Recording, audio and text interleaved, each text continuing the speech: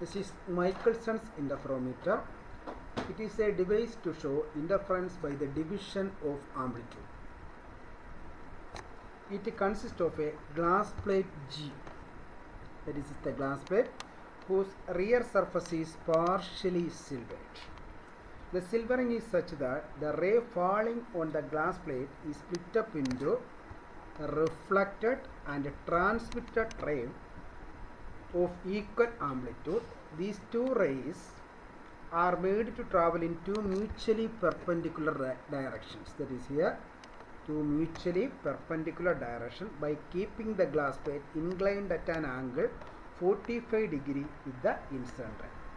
These rays are made to fall on two plane mirrors M1 and M2 normally, so they retrace their path and finally reach the telescope.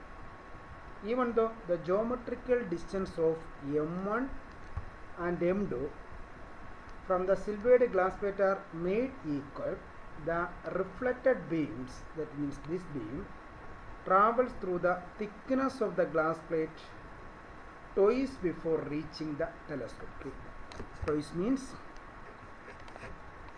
that is this the upward direction, then downward direction. So the optical path of the reflected ray is larger than that of the transmitted ray.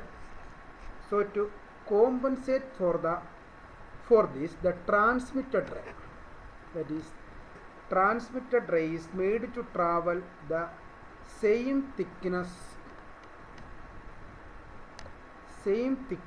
through the another glass plate C of same refractive index, that is kept at the same angle with the incident ray. This path this plate C is called the compensating plate. Thus the optical path of the transmitted ray and the refracted ray are made equal. The mirror M2 is placed on a carriage such that it can be moved with the rack and pinion screw, and the distance moved can be read on a scale. There is a scale is attached to the mirror M2. Also the mirrors can be slightly tilted with the help of the screws attached with it. But initially the mirrors are made perfectly perpendicular to each other. By looking through the apparatus at E, we can see the mirror M2 and the virtual image M1 dash of the mirror M1. That means M1 dash is in front of M2. Depending on the position of the image, position of the mirror, M1 dash may be in front of the mirror M2, behind, or exactly coincide with the mirror M2. The two mirrors are absolutely perpendicular to each other and have the same axial distance from the rear surface of G. Then the image M1 dash coincides with the mirror M2. At this position, the transmitted ray undergoes an additional phase change of pi, which is equivalent to a path difference of lambda by 2. That means here the transmitted ray undergoes reflection on the surface of a denser medium, therefore it undergoes an additional path of lambda by 2. So the center of fringe will be dark. The mirror M2 is moved through a distance of lambda by 4, then we get a bright line.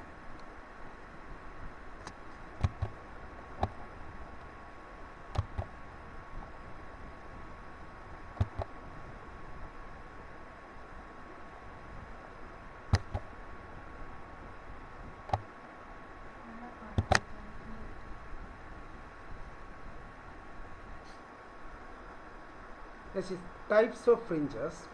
First one is circular fringes. They are observed with the monochromatic light with the Michelson's interferometer. For this, the mirror M2 and the virtual image M1 dash of M1 must be exactly parallel. The mirror M2 is moved through a small distance d, then the path difference between the rays becomes 2d cos theta. The rays for which 2d cos theta is equal to L lambda will reinforce to produce maximum. These circular fringes, which are due to interference with a phase difference, determined by the inclination theta are known as fringes of equal inclination or Heidinger's fringes. When the mirrors M2 and M1 dash coincide, the field of view will be dark.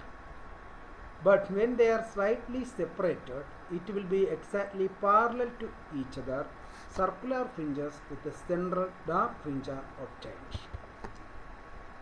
These types of fringes are localized fringes. When M2 and M1 dash are inclined, that is as shown in the figure A, then the fringes will be obtained as shown in figure B. That is, it is just like a case of air bridge. When M2 and M1 dash are inclined as shown in the figure, then the images will be like this. If M2 and M1 dash are as in figure, then straight line fringes are obtained as shown in figure. This is of the shape of air bridge. This is also air. Then we get straight line. These type of fringes are called localized fringes. Third type of fringe is white light fringes. With the white light, the fringes are obtained when the path difference is small. The different colors overlap one another and only the first few colored fringes are visible.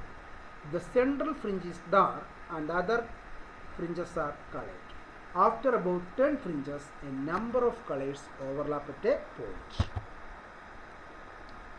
This one is the applications of Michelson interferometer. First one is determination of the wavelength of monochromatic light. Michelson interferometer is first set for circular fringes with a bright spot at the center. The initial reading of the micrometer screw is known as R1. Now the mirror M2 is slowly moved using the screw and the number of fringes that move across the field of view of the telescope is counted as N.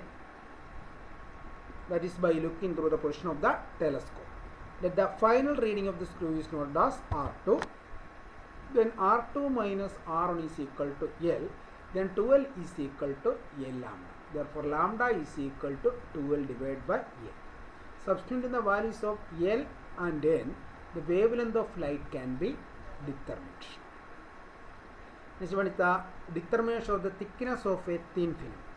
The Michelson interferometer is set for parallel fringes using white light and the crosswire is set on the center fringe. Now the thin film of thickness T and the refractive index mu is introduced in the path of the transmitted light. That is this film. Transmitted light, then the path increases by 2 into mu minus 1 into T and a shift occurs in the fringe system. Now we explain how the path increases by 2 into mu minus 1 into T.